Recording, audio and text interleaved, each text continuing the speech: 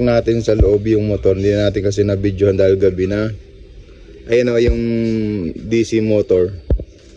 Ayan, 12 volts. Tapos ito yung switch na. Kinabit ko lang dito yung switch nya guys. Yan o. Yung sinasabi ko sa inyong may positive negative para sa DC motor. Tapos meron ditong positive negative para dito sa switch. So kaya ngayon guys, samahan nyo ako at bibili tayo sa junk shop ngayon ng housing ng electric fan AC motor, tapos convert natin sa DC motor. Ito lang po ang junk shop dito? Bypass, bypass. Bypass. May ano kayo dito? May electric fan na sira. Uy, sayang to, binaklas na. Kaya ako sa namayari. Nasaan na yung makina? Ano? Nabaklas. Ino yung makina nabaklas?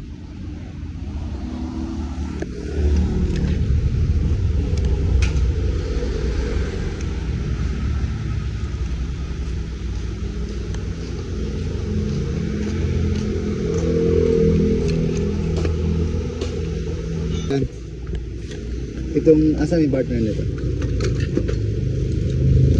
Kailangan kasi ito, hindi ko mabaklas yung ganito, nasira. Ha? Ito lang kahawang kailangan ko kasi. Pero yung maano to, babaklas. Tatanggalin to? Oo, tatanggalin yung loob. Kukunin ko lang yung housing. Yung sa loob? Asan na stand ganito?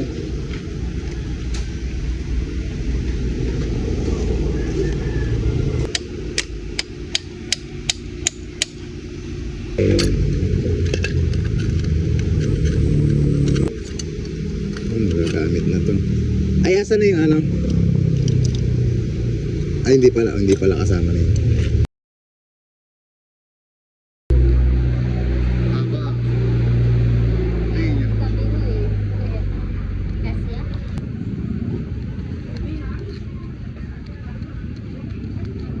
Hindi siya abot doon sa pinakabitan mo. Kasi ano. Ito tama to. Bali 8 no. Magkano yun?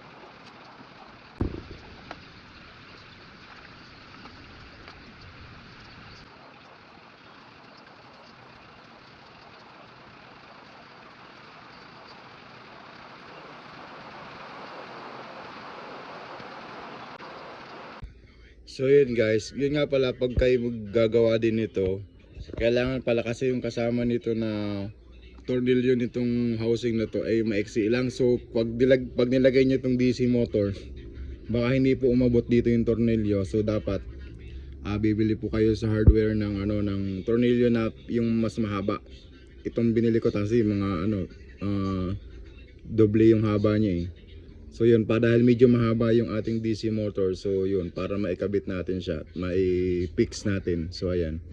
At ito naman guys yung charger niya na 12 volts. I-charger ko lang siya ngayon dahil para. So yun guys, isaksak na natin dito sa 220. Yan. Kasi charger naman yung ating gamit. So ayan, buhay na siya.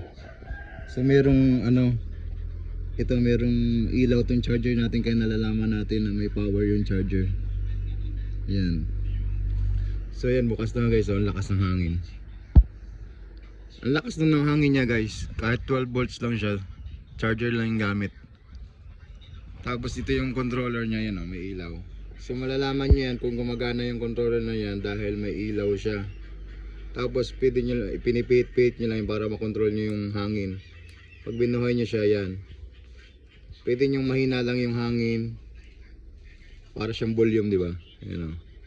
Gusto nyo mas pinakamalakas isagad nyo, at least pwede nyo ditong kontrolin sa switch na to. Ayan o. Ito yung pinakamalakas niya, para na siyang number 2 nung 220 volts. Ayan, na 220 volts ng AC. Ayan. Parang siyang ano, number 2 sa AC. Malakas na, pwede na. Tapos magkano lang naman natin binili itong ano, yung DC motor na to.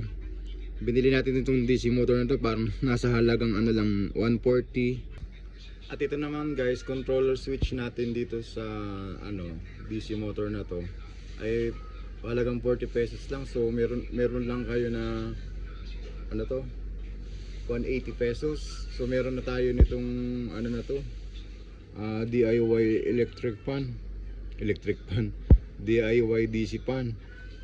Ayan. So ito binili lang natin ng to sa junk shop. Pwede yung iba minsan hindi siya nagpapabayad, pwede mong hingin lang itong housing ng ano ng electric fan na ano. Ayan. So yan ay ating binayaran natin doon sa junk shop ng 40 pesos kasi dalawa yung ating kinuha. So tas meron kayong sirang electric fan, talagang magagamit nyo na. Ayan guys, so ang lakas ng hangin. Medyo ito lang guys, yung sa swing niya hindi pa natin siya magawa dahil medyo ano siya, medyo malayo yung ano, kailangan natin ng mas mahaba nito. Ito yung nagpapaswing sa kanya, yan oh, malayo. Kailangan na ganun para mag swing siya. So ngayon kailangan steady lang muna siya. Yun lang guys, maraming salamat.